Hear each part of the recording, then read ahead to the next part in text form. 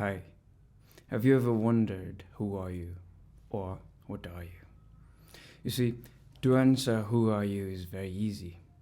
Who are you is a persona which has been created by your ego to exist, survive in this realm. So, who are you might be your name, your profession. I'm a doctor, I'm a pilot, I'm an engineer, this and that. And I'm a father, I'm a brother, I'm a mother, I'm a sister. That is who you are. But now the real question about what are you? You are that infinite consciousness, that awareness which is eternal. You are the reality, that truth. What is reality? What is truth? You see, truth is something that does not change with time, truth and reality. Even the time changes. Now you are that reality. In non-dual philosophy, it's also called as Advait Vedanta. In non-dual philosophy, it's known as Brahman. You are that eternal consciousness, that infinite awareness that does not change and which remains as it is. So is your body the truth? No. Why? Because your body changes with time. You see, when I was a child or when you were a kid, you were different, and now you're different, and when you grow older, you'll be different. You'll be constantly changing, but there is something in there which you cannot be aware of that remains eternal forever. Now, to understand this more clearly, I'll give you an example. The example of the infinite sea. Now, imagine an infinite sea or an infinite ocean, and you can name whatever you like. You can call it Brahman, you can call it Shiv, you can call it Paramatma. It's just a labeling, just a name, whatever you call it, right? And you take a cup of water from that ocean. Now what does it become? It becomes a cup of water, not a cup of ocean. It becomes a cup of water. You see how the layer in which the vessel, in which the compound, the water is kept is called first a cup of water, not water of cup, right? So now that infinite ocean, that water, that compound which is kept in the vessel or the cup, right? Imagine that cup as this vessel, as this body, and that compound H2O water is the infinite consciousness. That is what are you, right? I hope you're understanding this. So now that what are you is present in every living being. Who are you might differ from person to person. You see, who are you? I'm a doctor, and someone else might be a pilot. My name is this. Your name might be different.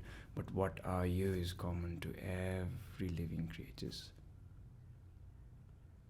So I'll give you another example. People might be like, if we are that, if we are all made up of that compound, let's say H2O water, example metaphorically, that, then why everyone is different and we all have our separate consciousness and we experience reality in a different way?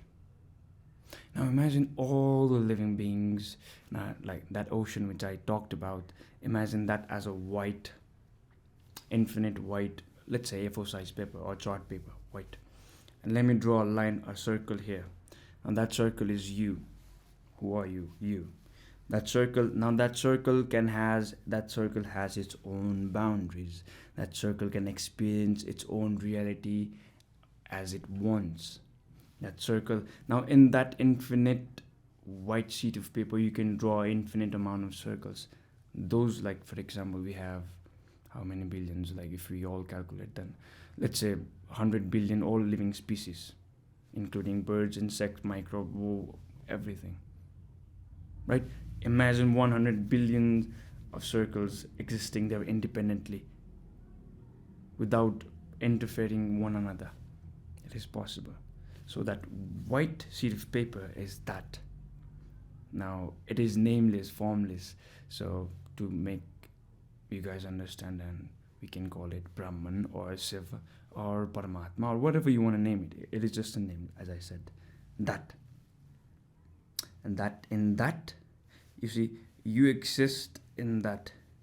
And due to our conditioning, our belief system, and our desires, we are trapped in that circle over and over again. And I've said in my previous videos too, to break a pattern, you have to respond differently. And we have lots of things which teaches how to detach ourselves from the worldly desires and how to do our duties. Gita, Bhagavad Gita and all. You can do your own research about that. Now, I've explained to you about what are you and who are you. Now, reality, like I've said. You see, then there might be a question. If everything exists independently, we all have our realities, then why do we perceive and observe reality in a different way? You see, I'll give you another example. You can see reality as green forest outside. But then our eyes and our belief system, our conditioning as a tinted glass. You're inside a house, right? And there's a window, and there's a tinted window. Then that window is, let's say, it's in yellow, it's a red color, right? Now, the reality outside is green. Now, if you're observing a reality from a tinted window, which is colored red, what do you see? You don't see green, you see red, right? That is why we have to let go of our social conditioning, what we were taught from our childhood.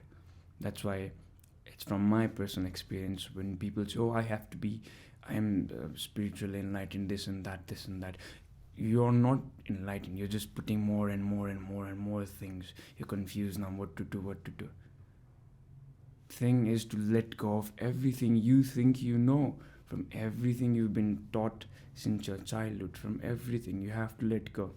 Only when you empty a cup which is fill up all those conditioning and dirt, then only you can fill it with your own experience. Otherwise, the reality in which you exist, most people are not even aware that the reality in which they are living, or the things that doing, is from somebody else's. Your thought is not your thought, it is somebody else's thought. The things you like and the things you're doing, you saw somewhere and you thought that if I do this, then I'll find myself there. It's just a trick. You have to be observant, very observant. And that is the trick of all this life. And all one can do is observe without judging. Like Krishnamurti says, the highest form of intelligence is to judge without observing. Is to observe without judging. Pardon me on that. So that's it. I've said we have to let go of our conditioning. We have to break that tinted glass of who we think we are and then experience reality for ourselves. Now at the end, I would like to conclude this by saying whatever I've said is my experience. It's not on my belief, because you see, I don't believe in certain things. Either I know something or I don't. I don't sit in that realm of belief. So whatever I've said are the things I know and have experienced.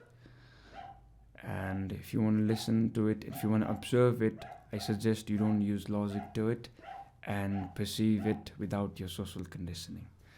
And like I say in all my videos, know yourself so much that inner light from within shines so bright that everything you see is love, love, and only love. And I hope you choose peace of mind over happiness. Aham Bramhasmi.